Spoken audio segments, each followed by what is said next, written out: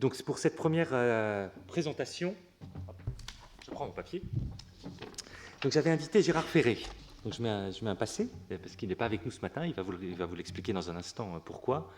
Donc Gérard Ferré est un de nos plus grands chimistes français actuellement. Et il est membre de l'Académie des sciences, donc il a été professeur à l'Université de Versailles à Saint-Quentin-en-Yvelines, et il a reçu un grand nombre de prix et de distinctions ces dernières années, notamment un grand prix de chimie qui est le prix Eni, de l'entreprise italienne Eni,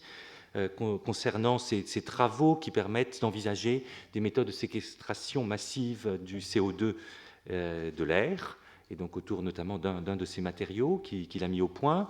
Et puis également, il a reçu en 2010 la médaille d'or du CNRS. Donc en fait, je vais tout de suite mettre sa petite vidéo pour vous expliquer en fait pourquoi il n'est pas avec nous ce matin. Il était extrêmement embêté, il a dû annuler très récemment, et du coup, on a convenu qu'on allait se partager sa présentation, c'est-à-dire que je vais vous faire du Gérard Ferré. Je vais essayer en tout cas de vous faire du Gérard Ferré, ce qui n'est pas facile, on n'a pas du tout la même manière de parler. J'ai son PowerPoint, donc il va vous présenter l'introduction, il va vous présenter la dernière partie de son exposé et ses conclusions. Et donc, entre-temps, je vais essayer de vous faire l'introduction qu'il avait prévue et pour laquelle il a beaucoup travaillé sur les relations cristallographie et art, et un petit peu vous raconter ces aspects-là à sa place. Mesdames, Messieurs, mes chers collègues, chers amis, bonsoir. C'est un vrai plaisir d'être là avec vous ce soir et de vous parler un peu de cette cristallographie qui occupe l'année internationale en 2014. Mais avant tout, je vous dois des excuses. Je vous dois des excuses parce que cette conférence va avoir un aspect un peu étrange. En effet, ce qui était prévu, c'est qu'à l'invitation de mon ami Philippe Walter, j'avais accepté avec enthousiasme d'être avec vous ce soir sur un sujet qui nous passionne tous les deux, les relations mystérieuses entre l'art et la science. Et bien sûr, je me faisais un plaisir de vous en parler. Hélas, la Corée du Sud m'a informé récemment qu'elle souhaitait m'attribuer un prix scientifique important au cours d'un symposium international au cours duquel je donnerai la conférence plénière. Certes, un grand honneur pour la science française, mais une frustration pour l'individu. Alors, bien sûr, on aurait pu tout enregistrer, mais un enregistrement vidéo d'1 heure, c'est pénible. C'est pénible pour l'auditoire. Et Philippe a décidé, avec mon accord, de scinder cette conférence en 3 parties. Un enregistrement de l'introduction de la conférence par mes soins, une intervention ensuite, une intervention physique de Philippe à partir de mes diapositives de la partie qu'apporte la science à l'art, et enfin je reprendrai la parole pour la dernière partie qui concerne les apports de l'art à la science. Alors, cristallographie. Revenons-y. Alors, qu'est-ce que c'est que la cristallographie ? Alors, c'est une science transversale. C'est une science qui, dans ses étapes successives, depuis Platon jusqu'à maintenant, a permis d'accéder à l'ordre intime des atomes qui forment la matière, ordre qui explique aussi les propriétés physiques de celle-ci et dont la société entière est désormais bénéficiaire. Donc la question qui peut se poser aux profanes, c'est comment est-ce qu'en regardant un superbe cristal de pyrite, vous l'avez représenté ici, cubique, on arrive à la fin à déterminer l'ordre des atomes de fer et de soufre dans cette matière. En d'autres termes, comment est-ce qu'on est passé du macroscopique, le cristal, au nanomonde, l'arrangement des atomes. Alors cette cristallographie, je vous l'ai dit, c'est une science transversale, fille d'autres sciences, la géométrie et la minéralogie. Bien sûr aussi cousine d'autres sciences, les sciences dures que sont la physique et les mathématiques, mais depuis peu, la mère d'autres sciences, sciences qui sont la chimie structurale et la biologie structurale. La cristallographie, une science, certes, mais bien au-delà de la discipline purement scientifique. Elle jette un pont fascinant entre les arts et les sciences. Et une question troublante. Qui inspire qui? Entre art et science, et nul mieux que Vermeer ne pouvait l'illustrer, quels apports réciproques et quelle résonance entre les deux? Alors on veut souvent les opposer. L'art exprime, la science mesure, l'art c'est l'émotion, la science la raison, l'art est une représentation, la science une observation doublée d'une explication. Cette opposition a fait beaucoup parler, et j'en ai extrait quelques phrases célèbres, par exemple celle de Brouwer, « L'art est fait pour troubler,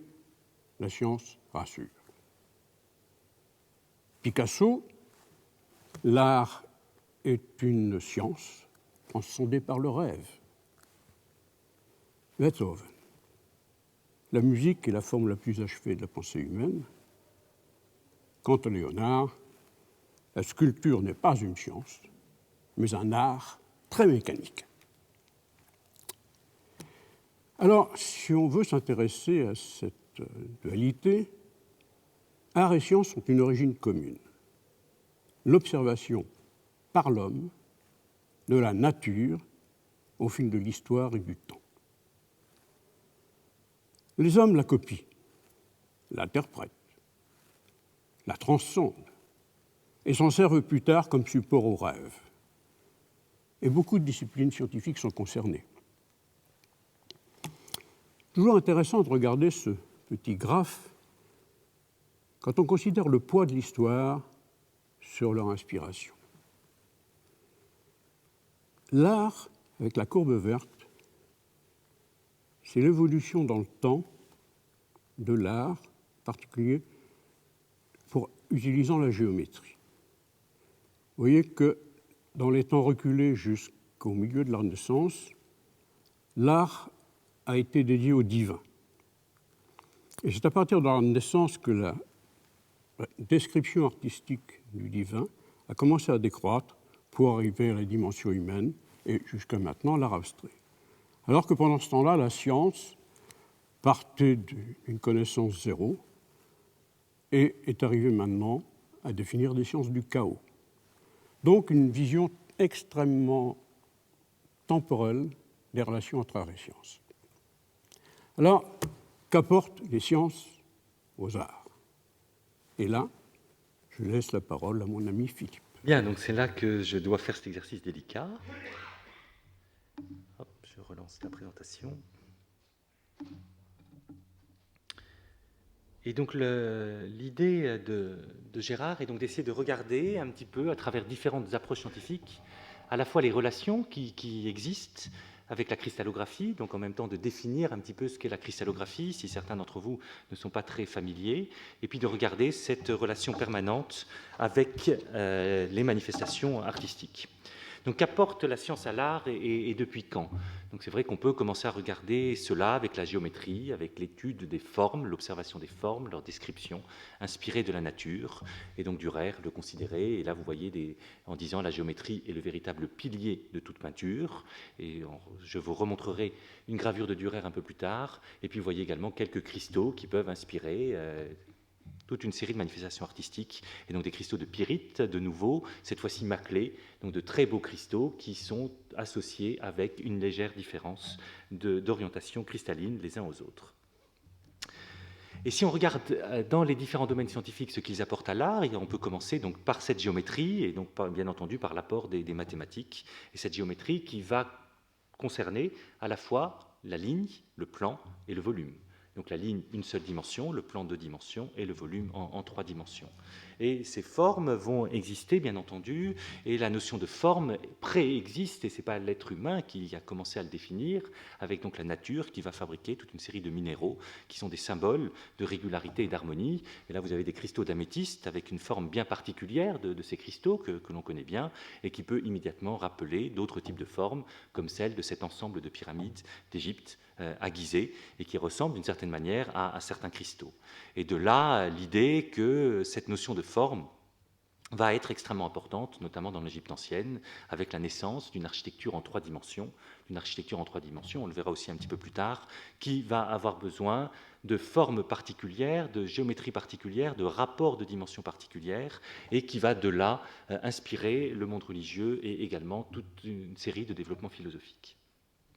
Mais si on regarde d'un point de vue plus d'histoire des sciences, la géométrie va réellement arriver comme une science, comme une discipline, avec une véritable réflexion théorique en Grèce, avec différents auteurs que l'on connaît tous très très bien, comme Thalès, Pythagore, Platon, qui fera un grand nombre de discours dans le domaine, et également Euclide, donc auteur d'ouvrages, de théorèmes, de théories et de discours particulièrement importants dans cette période grecque allant du VIe siècle, disons, au IVe siècle, IIIe siècle avant notre ère. Et donc les premiers mathématiciens grecs étaient des philosophes épris d'harmonie, et la géométrie, pour eux, était la manifestation de cette harmonie. Et donc tout l'ensemble se mélangeait, et donc Pythagore écrivait « Une harmonie cachée régit tout ce qui est ». Et de là, très vite, ils ont cherché à comprendre comment fonctionnait la géométrie dans le plan, donc la géométrie sur une feuille de papier, et comment on pouvait essayer de définir des formes régulières, harmoniques, et notamment qui allaient permettre de paver, oui, c'est le terme, une surface plane. Et là, vous avez différentes formes qui correspondent à des polygones réguliers, de triangles, carrés, etc., pentagones, hexagones, et qui vont être particulièrement harmonieux parce qu'on va pouvoir les déposer sur le sol, les uns à côté des autres, et par juxtaposition et par translation de cette même forme les unes avec les autres, ils vont générer une surface complètement remplie et générer notamment des formes artistiques qui sont l'art de la mosaïque. Art de la mosaïque que l'on connaît aussi bien en Occident qu'en Orient, sous un grand nombre de formes, et donc tout autant pour décorer des sols que décorer des murs, par exemple. Et donc là, on est en présence de formes très simples, de formes qui vont avoir ces propriétés de pavage de la surface complète, et ensuite, finalement, la nature, le nombre de ces formes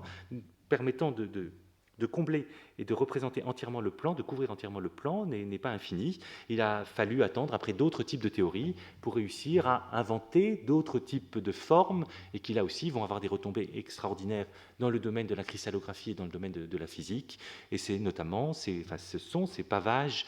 décrits par un mathématicien anglais, Penrose, qui va décrire des formes bien particulières qui vont permettre, avec 2 types de triangles, de paver une surface avec une géométrie donc plus complexe que celle que je viens de vous montrer il y a quelques instants. Donc ces pavages vont être faits avec des triangles qui seront décrits triangles d'or, et on reviendra sur le nombre d'or un petit peu plus tard, et qui sont des triangles définis d'une manière mathématique très précise, et qui vont avoir ces propriétés en étant associés de créer ces motifs particuliers de pavage. Et donc un triangle d'or, c'est un triangle isocèle qui possède la propriété suivante, c'est pouvoir être découpé en 2 triangles isocèles inégaux qui possèdent la même propriété que le triangle d'avant.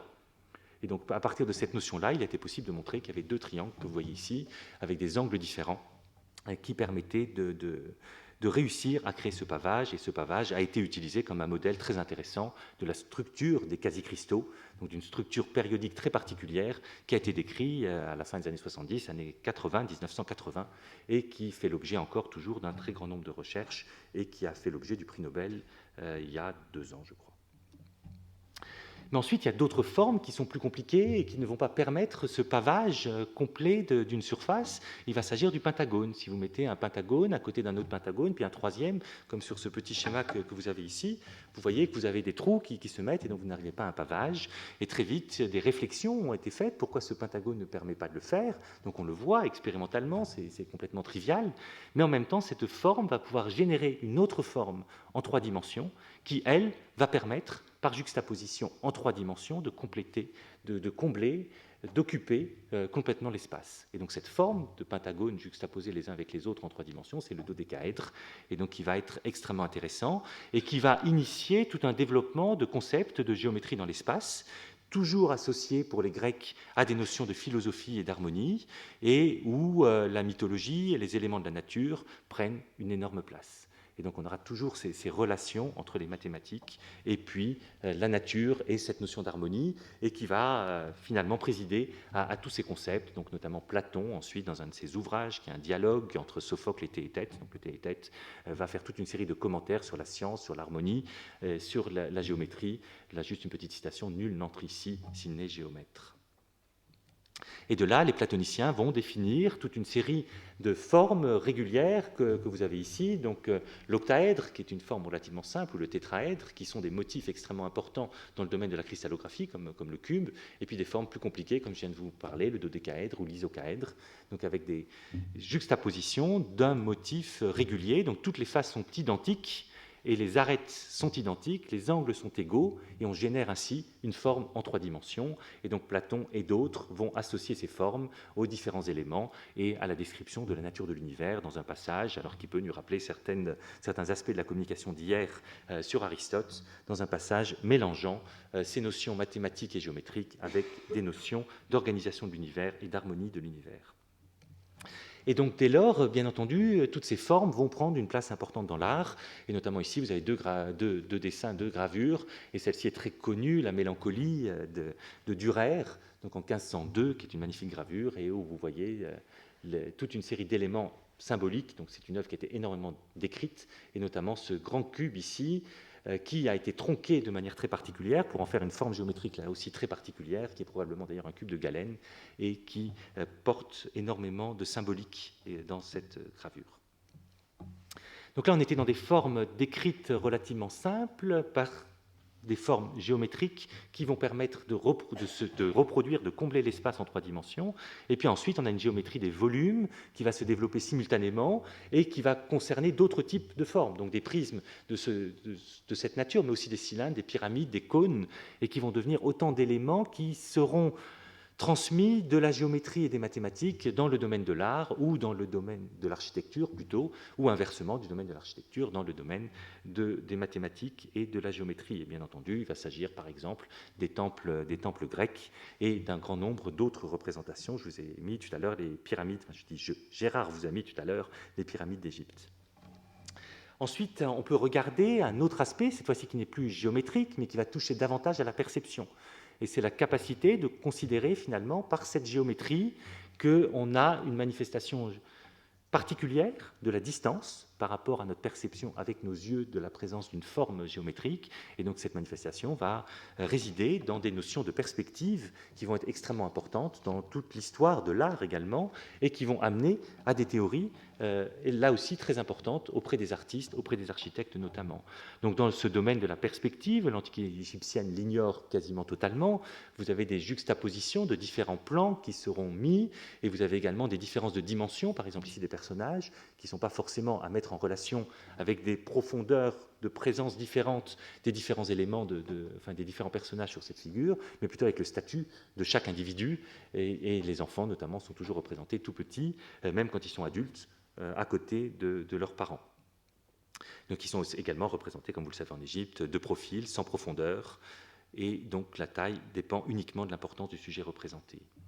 Et ensuite, la perspective va arriver progressivement avec une longue histoire, à la fois dans le domaine de l'art occidental et de l'art oriental. Donc le concept est né en Orient dès le Moyen-Âge, et il se relie à des études sur le regard subjectif de la vision. Donc c'est ce qui a été appelé perspectiva, et non sur l'image, puisque dans ce monde arabe, l'image est beaucoup moins considérée, voire est tabou dans l'image du Dieu et de la représentation humaine. Et donc c'est à la Renaissance tout particulièrement que la notion de perspective va rentrer dans l'art de manière très précise, et que la perspective va faire partie de la théorie de l'image perçue et transcrite. Donc on a différents personnages très importants comme Giotto, qui va être un précurseur de ce type de notion. Tout cela existe également dans l'Antiquité gréco-romaine, hein, ça Gérard ne l'a pas mis, mais existe également de manière moins théorisé que ce qui va apparaître dans le courant du XIVe et surtout XVe siècle en Italie, avec différents auteurs comme Blaise de Parme, qui va commencer à décrire et à utiliser la perspective, des sculpteurs ou surtout l'architecte Brunelleschi, qui vont théoriser, populariser les choses. Alberti également écrira un ouvrage et Piero della Francesca également fera un traité sur la perspective. Et à ce moment-là, on va complètement la considérer cette perspective, donc fondée par des philosophes et des mathématiciens grecs, et considérant que l'image visuelle est constituée de lignes droites partant de l'œil en formant des cônes, et ces lignes doivent converger pour exprimer le relief. Et donc arriver à faire des schémas de construction qu'on a tous appris à une époque, hein, en suivant quelques cours de dessin, et qu'on arrive parfaitement à suivre et à reconstituer dans des œuvres. Et donc là, ici, Gérard vous a proposé de regarder l'école d'Athènes, faite par Raphaël, où bien entendu, on retrouve également dans ces personnages qui sont peints sur cette fresque du Vatican, nos mathématiciens épris de géométrie et nos philosophes qui réfléchissaient à l'harmonie du monde grâce à ces formes. Donc bien entendu, dès que ces concepts vont être décrits, bien exprimés, ils seront utilisés dans le domaine artistique de manière systématique et de manière en général très juste. Et là, vous avez différentes œuvres de Fra Angelico, ou Velázquez, ou Piero della Francesca, qui vont bien entendu utiliser ces concepts de perspective. Mais d'autres auteurs vont jouer sur ces concepts pour les inverser complètement, comme Escher, là vous avez une représentation, ou ici, où ils vont jouer, Escher va jouer comme d'autres artistes, sur la perspective qui peut devenir trompeuse, qui peut tromper nos sens et qui peut nous emmener dans des formes géométriques qu'on peut avoir l'impression d'être capable de percevoir et de comprendre, et dès qu'on les regarde en détail, se rendre compte qu'en fait, il y a quelque chose qui ne va pas du tout par rapport à notre perception, parce que la représentation nous trompe par rapport à ce type de figure architecturale.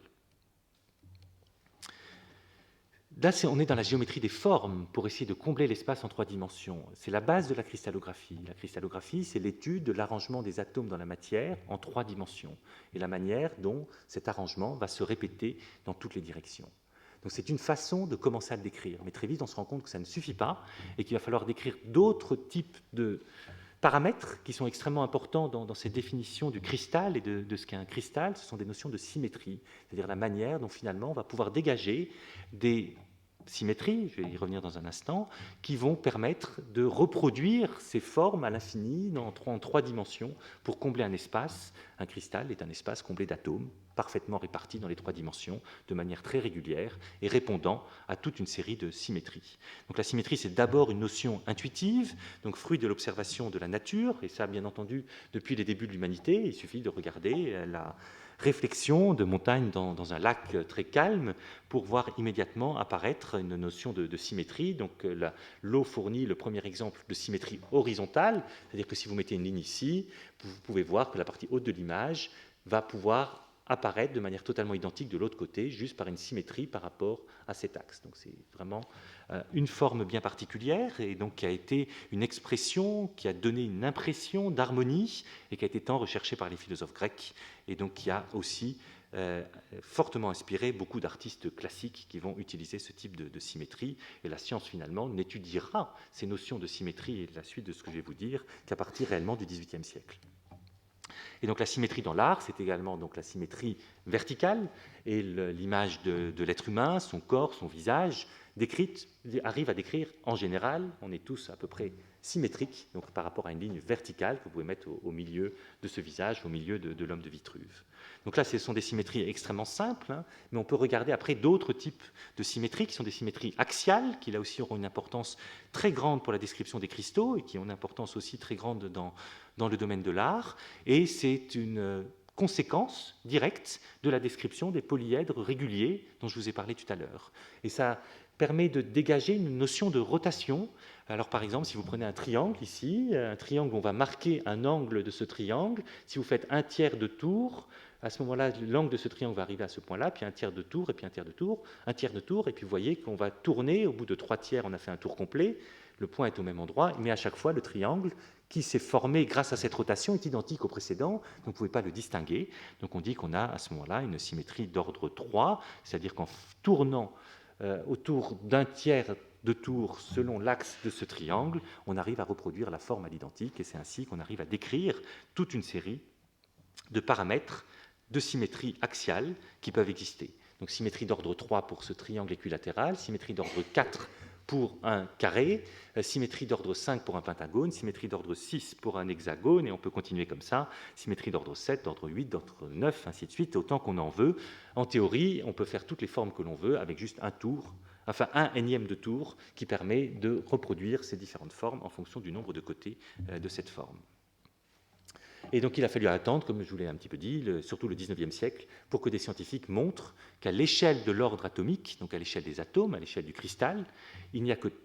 quelques possibilités, que 4 possibilités de symétrie par rotation axiale qui existent et qui permettent d'organiser l'espace en 3 dimensions. Donc dans un cristal où on veut cette organisation de l'espace à 3 dimensions, on a des possibilités de symétrie axiale qui sont que d'ordre 2, donc un demi-tour, d'ordre 3, 4 et 6, donc un tiers de tour, un quart de tour, un sixième de tour, c'est les seules possibilités qui existent.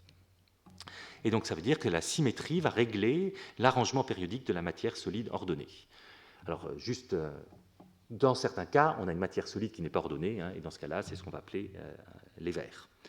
ou la matière vitreuse. Mais après, dans l'art, les symétries ont aussi joué le même type de rôle et vont jouer là aussi toute une série de... Enfin, vont rentrer dans la réalisation de toute une série de formes, et notamment de formes qui étaient liées au divin ou au rituel funéraire, comme ces pyramides d'Égypte. Ces pyramides d'Égypte ont une base carrée, et donc on peut considérer qu'il existe une symétrie verticale et une symétrie axiale qui est d'ordre 4. Donc on peut décrire finalement par ces opérateurs ce type de forme. Dans le cas du Parthénon, on a une symétrie verticale et une symétrie axiale également d'ordre 2. Donc on peut aussi réussir à décrire ça. Et puis regarder encore d'autres formes comme une cathédrale, ici Notre-Dame de Paris, où vous voyez bien la symétrie verticale qui peut exister. Et puis également d'autres types de formes comme les rosaces, et qui vont nous amener à pouvoir définir des symétries axiales qui sont beaucoup plus multiples, et où là on peut regarder là aussi toute une série de concepts philosophiques et qui vont faire que l'architecture et l'art relié au divin vont prendre ces formes géométriques très particulières. Donc Notre-Dame de Paris, je n'ai pas rediscuté avec Gérard Ferré pourquoi il considère que la grande rosace a 12 pétales et sa symétrie axiale est d'ordre 4, c'est totalement vrai, mais on peut imaginer d'autres types de symétrie. Et donc je vous dis juste d'ordre 4, c'est-à-dire que vous pouvez réussir, en mettant cette rosace en 4 morceaux, en tournant d'un quart de tour, à la régénérer entière, et c'est pour ça qu'on va décrire cette symétrie d'ordre 4, mais en même temps on peut remarquer qu'il existe des symétries horizontales et des symétries verticales qui permettent aussi de décrire cette rosace, si cette fois-ci on la découpe plus qu'en 2 morceaux. Et donc en fait tous ces jeux de symétrie sont complexes, tous ces opérateurs vont se superposer les uns avec les autres, et on va comme cela réussir à décrire toute une série de possibilités. Et les mathématiciens ont pu démontrer qu'en fait ce nombre de possibilités est complètement dénombrable, complètement limité, pour décrire toutes les possibilités qui permettent de combler un espace en 3 dimensions de manière complètement remplie. Donc dans le domaine de l'art, on le voit également dans ces symétries, par exemple dans le cadre d'objets de culte, comme vous avez ici, ou bien également dans le cadre de construction de mosaïques qui décorent des édifices religieux. Et la science intervient ici par les formes mathématiques, par les formes géométriques, mais également par toute une série d'autres moyens, et notamment les moyens de la métallurgie, des métaux précieux, des minéraux et des céramiques, qui vont servir de matériaux même à la constitution de ce type de formes géométriques répétées avec ces symétries importantes dans le domaine artistique. Donc dès lors également, avec ce même type de concept, si on regarde un peu l'évolution de l'histoire de l'art, et notamment dans le domaine de la sculpture, on se rend compte que la symétrie verticale de l'homme debout ou d'un visage a été un paramètre extrêmement important dans les civilisations anciennes pour représenter l'homme. Et donc l'homme est d'abord symétrique, comme vous le voyez ici, l'être humain est d'abord symétrique, comme vous le voyez ici, dans ces différentes représentations. Et donc la symétrie verticale de l'homme immobile va devenir en même temps, simultanément, un symbole de respect, d'héroïsme, de recueillement ou de sainteté dans un monde harmonieux. Toujours cette même notion avec l'harmonie, voire avec le divin. Et la disparition de la symétrie dans le cadre des représentations d'hommes ou de femmes vivantes va apparaître progressivement dans l'histoire, notamment dans la période grecque, et la ligne verticale et ces symétries verticales va s'estomper au profit de courbes. Et là, vous avez 2 représentations, justement, vous voyez bien ce jeu de courbes, une statue de Lycaon, et puis également l'hermaphrodite endormi du musée du Louvre, où là aussi, vous pouvez voir également des courbes, et puis également un jeu sur la représentation simultanée de l'homme et de la femme. Et en même temps, les mathématiciens vont continuer à chercher à décrire d'autres voies d'harmonie qui peuvent exister, cette fois-ci non plus dans ces symétries, mais dans les proportions. Donc là, on s'éloigne peut-être un tout petit peu de la cristallographie, mais depuis la haute antiquité, il est apparu une notion intuitive on va dire, et visuel pour tenter d'exprimer ce qui est beau et qu'est-ce qui est harmonieux et qu'est-ce qui a des bonnes proportions. Et donc un des premiers, ou le premier à en parler, est Hérodote, et qui s'extasie sur l'harmonie des dimensions des pyramides, et il transmet ses idées aux philosophes grecs qui vont l'intégrer et puis essayer de décrire ce genre de notions, et notamment Euclide va chercher à définir ce qu'est la divine proportion. Donc dans un de ses ouvrages, il va décrire les divines proportions entre deux segments, et donc il écrit on dit d'une droite qu'elle est partagée entre extrême et moyenne raison, lorsque le support de la ligne entière à son segment le plus grand est égal au rapport de ce plus grand segment au plus petit. Bon, phrase très compliquée qui consiste à juste dire qu'on a un segment, là, AB, et on cherche le point C qui répond à une relation qui est ici. Et en fait, quand on va chercher ce point pour répondre à cette relation, on se rend compte que l'on va avoir la définition d'un rapport bien particulier qui généralement est noté phi et qui correspond au nombre d'or et qui va être un paramètre extrêmement important dans cette notion d'harmonie depuis l'Antiquité grecque et utilisé par énormément d'artistes dans des démarches philosophiques. Donc ce nombre d'or va être regardé, calculé, notamment par Euclide, qui va pouvoir regarder tout simplement comment on peut définir ce point C, et en partant de théorèmes comme celui de Pythagore, d'une équerre, d'un compas, on arrive très bien à le faire, et en fait le nombre d'or est la solution d'une équation mathématique très simple, x2 égale x plus 1, et qui se résout complètement à partir juste de ce petit schéma géométrique.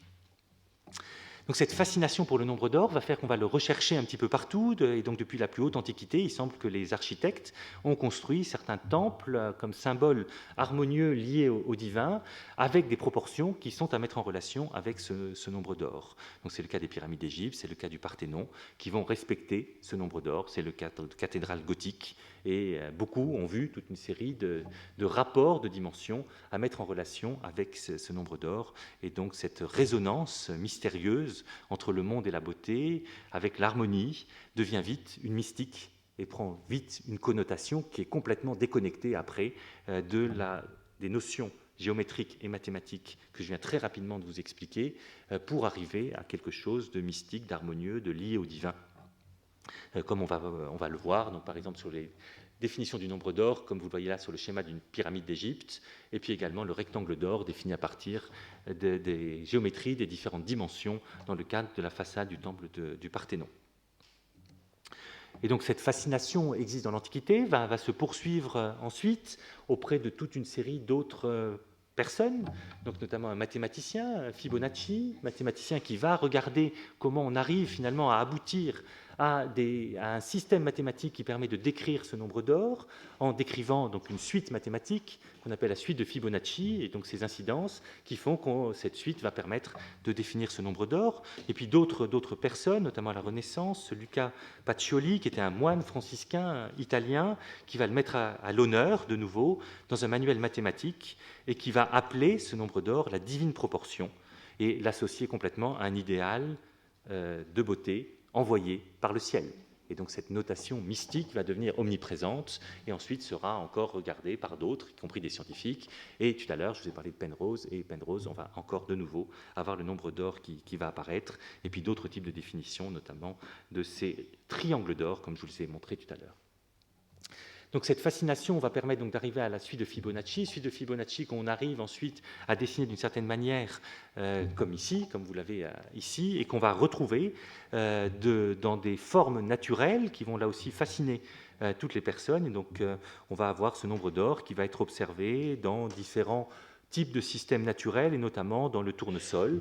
comme vous avez ici, où on peut faire des constructions géométriques qui permettent de revenir sur ces suites de Fibonacci et de revoir finalement ce nombre d'or apparaître, et puis également dans des monuments, ou également dans des théories mathématiques qui vont apparaître et qui vont permettre de générer des formes artistiques, on va dire cette fois-ci par ordinateur, comme les fractales, et donc les fractales définies par Benoît Mandelbrot, et qui vont permettre de générer des formes importantes de ce genre-là, et qui seront de nouveau liées et qui créeront une relation intime entre ces formes géométriques, ces concepts mathématiques et également les manifestations artistiques. On était très dans le domaine des mathématiques et de la géométrie, mais la physique également va apporter des choses à l'art, et on va pouvoir notamment regarder comment l'optique des rayonnements et la mécanique vont être extrêmement importants dans ce domaine. Et donc l'optique des rayonnements, et notamment les rayons X, vont avoir un rôle absolument primordial dans la compréhension de cette organisation du nanomonde, de ces organisations des atomes dans les cristaux. Et donc ces rayons X, qui sont découverts en 1895 par un physicien allemand, Röntgen, vont permettre très vite de sonder la matière, de faire des radiographies, mais également de regarder par un phénomène qu'on appelle la diffraction de rayons X. Vous aurez plusieurs conférences qui auront trait à ça juste après moi, enfin juste après Gérard Ferré, et qui vont permettre, donc, à partir de 1912-1913, de décrire la structure des cristaux. Donc ces rayonnements sont de nature électromagnétique et vont être caractérisés par ce qu'on appelle une longueur d'onde. Et le rayonnement accessible aux artistes, accessible à nos yeux, c'est d'abord la lumière visible, d'abord la lumière blanche qu'on peut faire passer dans un prisme, l'expérience de Newton, pour séparer les différentes longueurs d'onde, donc qui vont correspondre à différents types de couleurs, et là aussi à toute une mystique qui sera associée entre le domaine artistique, le domaine philosophique, des domaines parascientifique, on va dire, et notamment Newton va arriver à la description des 7 couleurs de l'arc-en-ciel, là aussi dans une volonté d'harmonie. Pourquoi avoir ce nombre 7? C'était là aussi dans un but d'harmonie. Et en même temps, des expériences vont être faites pour essayer de décrire la physique de ces phénomènes, la physique de l'interaction entre la lumière, entre un rayonnement électromagnétique et la matière, et notamment la possibilité de décrire que la lumière se propage en ligne droite, qui était là aussi une notion qui n'était pas si évidente, et c'est une expérience importante qui a été faite par un scientifique arabe, Al-Hazen, et qui a été un des premiers promoteurs finalement de l'expérience de la physique expérimentale pour essayer de décrire des domaines de l'optique et de l'optique physiologique et de la perception et comment finalement on arrive à regarder des choses ou regarder des œuvres d'art. Et ça peut continuer en décrivant d'autres choses, et notamment cette lumière visible qui va être utilisée pour regarder le monde, pour regarder l'univers avec différents outils, et qui va aussi simultanément inspirer les artistes, comme vous l'avez ici dans une œuvre, où vous voyez ces différents soleils, ces différents ciels, et qui vont permettre de regarder un petit peu la nature différemment, parce que les scientifiques la décrivent et donnent aux artistes des possibilités de la regarder avec un regard particulier. Et cette même lumière visible va générer immédiatement la notion d'ombre, la notion de forme, et la lumière va soit traverser un objet, soit être réfléchie par cet objet, et de là il va en résulter un phénomène percevable par nos yeux, mais également un phénomène d'ombre portée, et qui va être dépendante des formes de cet objet. Donc cette ombre portée, les artistes vont s'en emparer en considérant que c'est ce qui va donner l'impression de relief et de perspective au-delà de l'aspect géométrique dont je vous ai parlé tout à l'heure et de l'aspect de perspective mathématique qu'on peut avoir avec les lignes de fuite. Et donc mathématiquement, très, très rapidement dans l'Antiquité, mais surtout à la Renaissance, il va être calculé, étudié des projections de la lumière sur des formes variées pour étudier ces ombres, ou bien même au-delà, essayer de faire des dispositifs autour d'un miroir cylindrique, d'anamorphose, pour avoir une projection, cette fois-ci particulière, d'un objet. Donc Léonard de Vinci va se consacrer énormément à des recherches sur ces ombres, et puis va, dans une partie importante de son traité sur la peinture, décrire tous ces phénomènes d'ombre, ces phénomènes de quantité de lumière qui arrivent à la surface d'un objet en fonction de la distance de la lumière qui l'éclaire, la manière dont les ombres vont être portées, vous voyez, dans des schémas géométriques tels qu'il arrive à le dessiner ici, et donc va de là réussir à concevoir des œuvres, des représentations, donc là un dessin, une étude préparatoire pour l'homme de Vitruve, ou bien d'autres œuvres comme des peintures comme la Joconde, où ce jeu sur les ombres va être mathématiquement calculé de façon à donner une perception parfaite de la réalité et donc tromper notre regard. Mais tous les artistes en même temps n'auront pas forcément le même type de préoccupation par rapport à cette notion d'ombre, ou ne la géreront pas de la même manière, plutôt, et donc Vermeer, par exemple, dans cette œuvre, ne gérera pas les ombres de manière directement liée à une perception simple de dire l'ombre, il y a moins de lumière, c'est plus sombre, mais il va aussi réussir à faire d'autres types de jeux qui sont également très importants, qui sont la génération de la suggestion de ces ombres, non plus simplement en noircissant, mais par un changement de couleur, comme vous voyez là, par exemple, pour l'ombre des maisons l'ombre des maisons sur la route juste devant elle, et qui va correspondre cette fois-ci également à un changement de couleur. Donc on a différentes possibilités de ce côté-là. Et puis d'autres ensuite vont continuer à réfléchir sur ces notions de lumière, et cette fois-ci pas d'ombre, mais de perspective et de géométrie. Donc par exemple Canaletto va faire des représentations de Venise avec une minutie complètement extraordinaire, et qui sera associée à d'autres types de concepts d'études physiques et géométriques de la nature et à la conception de différents types de dispositifs, comme la caméra obscura, qui va permettre de regarder la cité de Venise à l'intérieur d'une boîte, donc d'une grande boîte munie d'une lentille, d'un miroir et d'un verre dépoli, et qui va permettre de projeter, comme on va le faire sur un appareil photographique bien plus tard, de projeter l'image que nos yeux perçoivent sur un plan, de façon à mettre, en rentrant sa tête et sa main à l'intérieur de la boîte, à mettre un calque sur lequel on va pouvoir dessiner directement, sans faire les calculs compliqués de projection de perspective, on va pouvoir dessiner directement la réalité. Et ça, c'est Canaletto notamment, mais d'autres artistes également, ont utilisé ce type de caméra obscura, Vermeer également, pour réussir à faire ces projections de la nature, à avoir une vision de l'espace beaucoup plus compliquée, à pouvoir la choisir, à juxtaposer des parties différentes même d'une ville, et arriver à un art qui est à la fois parfait, parfaitement idéalisé, parfaitement géométrique, enfin parfaitement répondant aux lois de la géométrie, et très illusionniste, mais qui devient presque surréel. Et par rapport à ça, des artistes comme Canaletto ont cherché d'ailleurs à tromper encore plus le regard, à rendre encore plus beau certaines représentations de la ville de Venise dans les peintures, en faisant des légères transformations des monuments, de leur forme, en corrigeant certaines choses, de manière à donner une autre harmonie, peut-être encore plus grande que celle qui est l'harmonie juste de la copie parfaite des géométries naturelles et des géométries créées par l'homme dans une ville.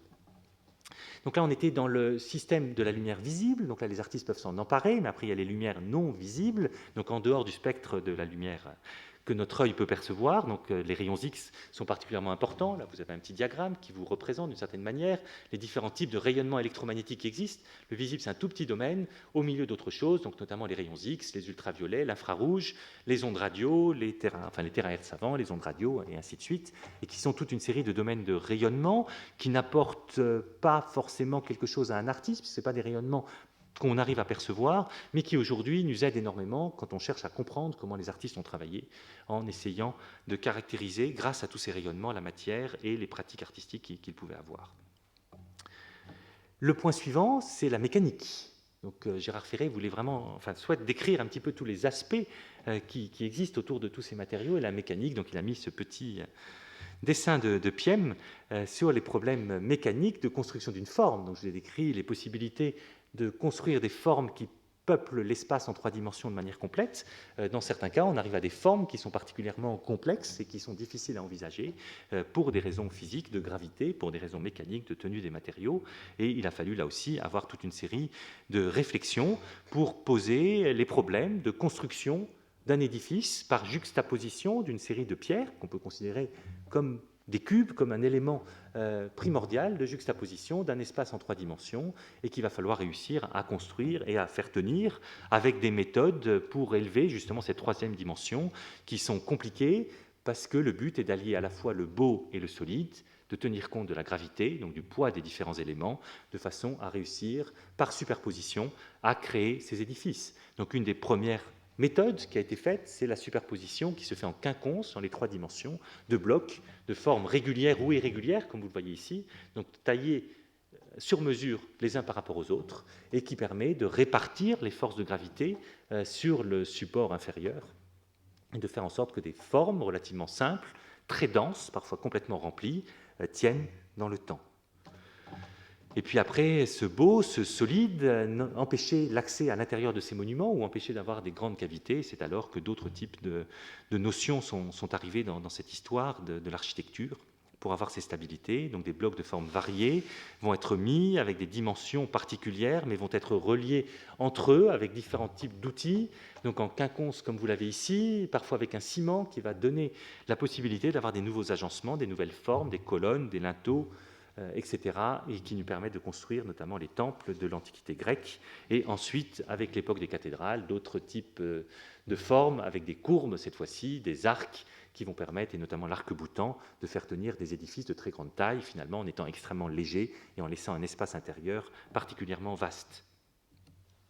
Et ça, on va le retrouver également pour la construction de toits, de coupoles, de toute une série de merveilles d'architecture, et qui répondent là aussi à des juxtapositions de ces blocs avec toute une série de notions à la fois de géométrie, de mécanique et de physique pour réussir à fabriquer ces ensembles avec de la pierre. Donc là, vous avez différents exemples, hein, notamment Sainte-Sophie à Istanbul, qui est un des exemples les plus célèbres de la construction de ces très grandes coupoles qui reposent sur juste 4 piliers et qui sont calculés pour être stables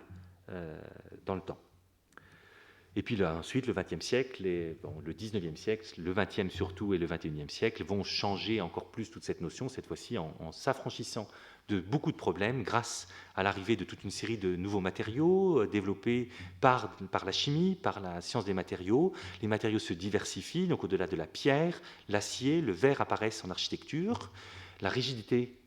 arrive grâce au béton, grâce à des techniques de rivetage, de soudure qui prennent de plus en plus d'importance et qui nous permettent d'envisager, mais finalement que depuis très récemment, un gigantisme architectural qui va apparaître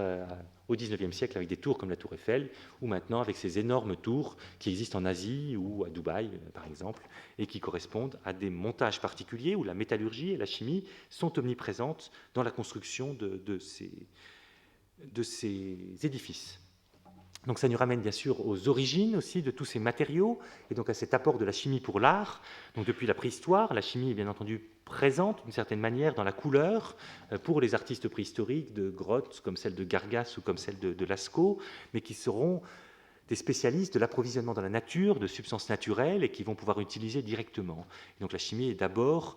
perçue associés au monde minéral et à des récoltes de substances naturelles, au monde végétal également, au monde animal, et on va pouvoir utiliser ces différentes substances, le plus souvent des oxydes de fer, des oxydes de manganèse également pour les couleurs noires. Et ensuite, cette chimie va servir l'art de manière très forte en lui permettant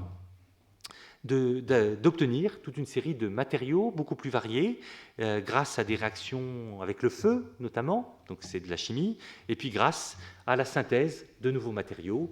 qui vont arriver et se démultiplier, comme vous avez ici sur ce graphique, sur différents types de couleurs. On a des minéraux naturels, puis après des minéraux de synthèse, des substances végétales naturelles ou des substances animales naturelles, et puis ensuite des colorants de synthèse. Et ces colorants organiques de synthèse vont apparaître à partir du milieu du 19e siècle, près de 1856, où un chimiste, Perkin, va synthétiser la première molécule colorante qui s'appelle la movéine, et de là va inventer un développement extraordinaire de la chimie de synthèse, de colorants, et qui va révolutionner à la fois l'art, la mode, et puis également révolutionner l'industrie chimique, qui va croître de manière incroyable grâce à ces développements de nouveaux colorants. Et donc cette chimie va aussi servir l'art et tout particulièrement la peinture, parce que la formulation d'une peinture va toujours être des mélanges entre des liants, donc de nature chimique, qui vont réagir dans le temps avec des pigments, donc des techniques qui vont être variées, comme l'aquarelle ou la gouache, où le liant ce sera de l'eau, les techniques à tempéra pour l'utilisation d'œufs, la peinture à l'huile, bien entendu, depuis les primitifs flamands, et puis à partir du XXe siècle, les solvants organiques synthétiques, comme la peinture acrylique, et qui vont permettre là aussi aux artistes de créer toute une série de nouveaux effets et toute une série de nouvelles harmonies dans l'art. La chimie des matériaux pour l'art, ce n'est pas que la peinture, bien entendu, mais il y a aussi 3 autres grandes classes de matériaux, les métaux, les verres et les céramiques, qui sont extrêmement importants dans ce domaine. Donc les métaux qui ont été développés, métaux précieux ou métaux cuivreux ou métaux ferreux depuis la préhistoire et qui nous amènent jusqu'à la métallurgie moderne, donc d'aspect du masque d'Agamemnon, dit d'Agamemnon en or, jusqu'à des sculptures comme celle de Calder que vous avez ici. Les métaux, le verre va aussi avoir une grande importance, fabriqué, inventé vers moins 1500, bon, peut-être pas en Égypte, mais plutôt en Mésopotamie, ou disons des 2 côtés, et qui va consister à fabriquer une matière, cette fois-ci, qui ne sera pas complètement organisée dans les 3 dimensions, à l'ordre des dimensions du nanomètre. Ça ne sera plus des cristaux, mais ça sera une matière légèrement désorganisée, mais qui permettra d'arriver à d'autres types de formes, comme cette carafe ou cette petite fiole à huile ou à parfum, et puis ces formes ici, notamment de l'alique, et qui vont avoir des courbures très particulières et qui n'ont plus cette limitation due à l'organisation des atomes dans le cristal et qui permettent de faire des formes à l'infini beaucoup plus souples. Il en est de même des céramiques, qui est une autre classe de matériaux, et des céramiques en allant de différents types de technologies, de faïence jusqu'à la porcelaine qui a été inventée en utilisant une argile bien particulière qui est du kaolin et en le mélangeant à d'autres ingrédients et en portant à haute température de façon à faire ces porcelaines particulières qui vont dès lors, faïence ou porcelaine, être décorées avec d'autres types de matériaux, cette fois-ci vitreux, et qui vont correspondre aux émaux qui vont permettre de décorer aussi bien des temples de Mésopotamie que des sculptures de la Renaissance, comme les ensembles artistiques des ateliers des Della Robbia, comme vous avez ici. Et donc on voit se rassembler à ce moment-là la céramique et les technologies du verre, donc les technologies des arts du feu, pour ce type de décoration polychrome. Il en est de même, bien sûr, pour d'autres types de formes, comme les vitraux, où là aussi, on va avoir toute une série de technologies extrêmement sophistiquées qui permettront d'aboutir à ces couleurs parfois extraordinaires qui peuvent exister, et notamment des couleurs rouges qui sont conçues, qui sont développées avec des technologies très particulières, et notamment la synthèse de nanoparticules, de cuivre ou d'or ou d'argent à l'intérieur de la matière vitreuse, et qui vont, par des effets d'interaction avec la lumière très particuliers, générer ces couleurs rouges. Voilà un petit peu toute une série d'aspects de ce que la science apporte à l'art. Mais bon, quand j'avais contacté Gérard Ferré pour faire cette communication, c'était aussi parce qu'il réfléchit beaucoup, passionné d'art lui-même, à ce que l'art apporte à la science. Et il est arrivé à un point de sa carrière où il s'est aussi rendu compte que certaines des idées, certaines des molécules, certains des édifices cristallins qu'il fabrique dans son laboratoire sont inspirés de forme artistique. Donc là, je vais arrêter la présentation et lui repasser la parole pour qu'il termine donc cette conférence avec justement cette relation qui est très importante pour lui entre l'art et la science et la manière dont il peut concevoir certains nouveaux matériaux en relation avec des formes vues dans des œuvres d'art. Alors, je reprends la parole pour essayer de voir ce qu'apportent les arts à la science. Une fois encore, des étranges résonances intemporelles entre les deux. Regardez, un tableau de Nicolas de Staël. La peinture, les figures de la peinture sont essentiellement des rectangles et représentent les footballeurs. Prenez Brancusi, les piédestals de ces statues. Ce sont des octaèdres tronqués, des cylindres.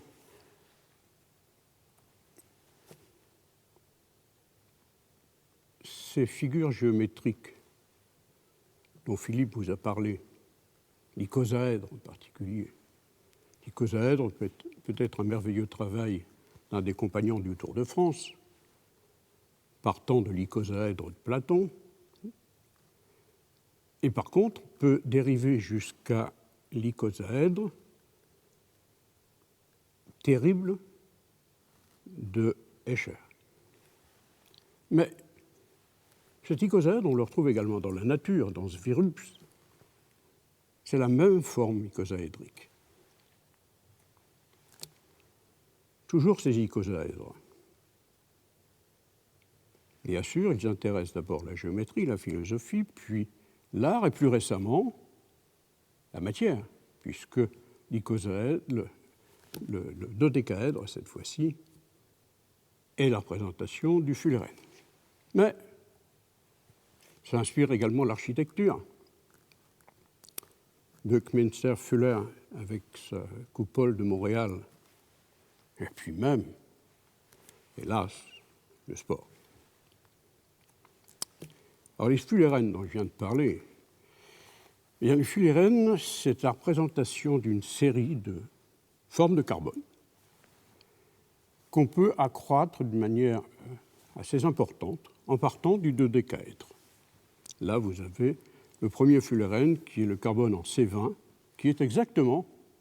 le dodécaèdre pentagonal. Quand il s'agit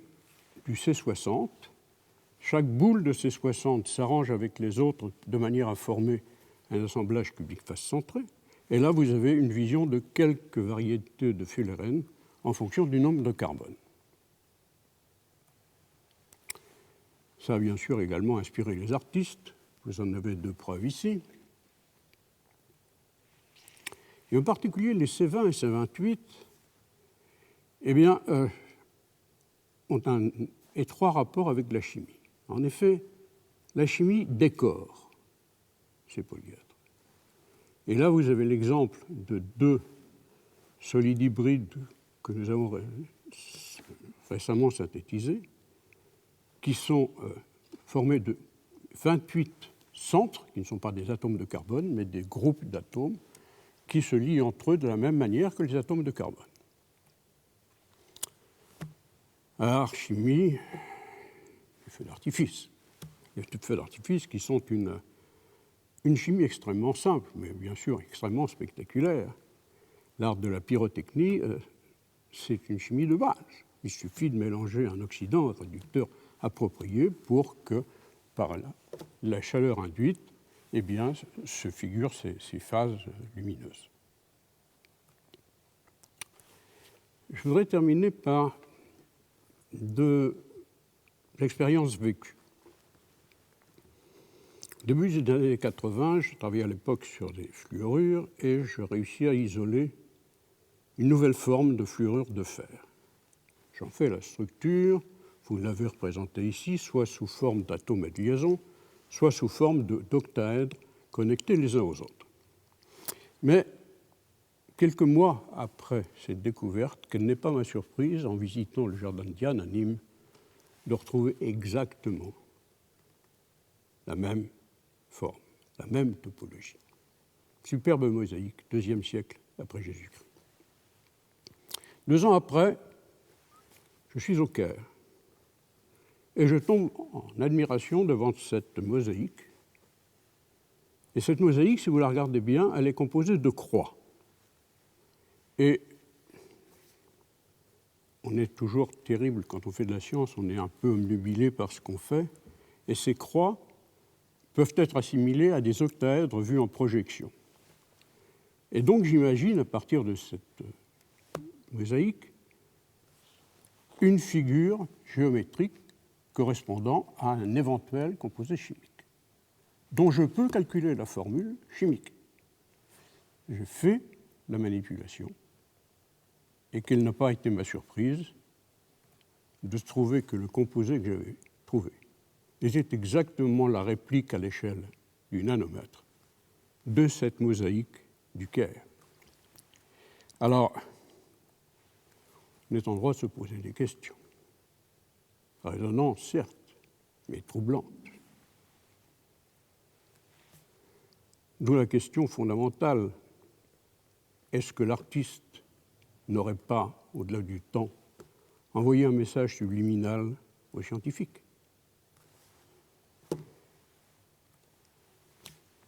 Artiste, scientifique. Tous deux doutent d'abord, esquissent ensuite, trouvent et enfin font. Tous deux, à leur manière, sont des créateurs. C'est une chose qu'ils ont en commun. Aussi, l'artiste comme scientifique peuvent, avec Baudelaire et paradoxalement Paracels, la chimiste, vous dire « tu m'as donné ta boue et j'en ai fait de l'or. Je vous remercie, même si je reste toujours troublé. » Merci.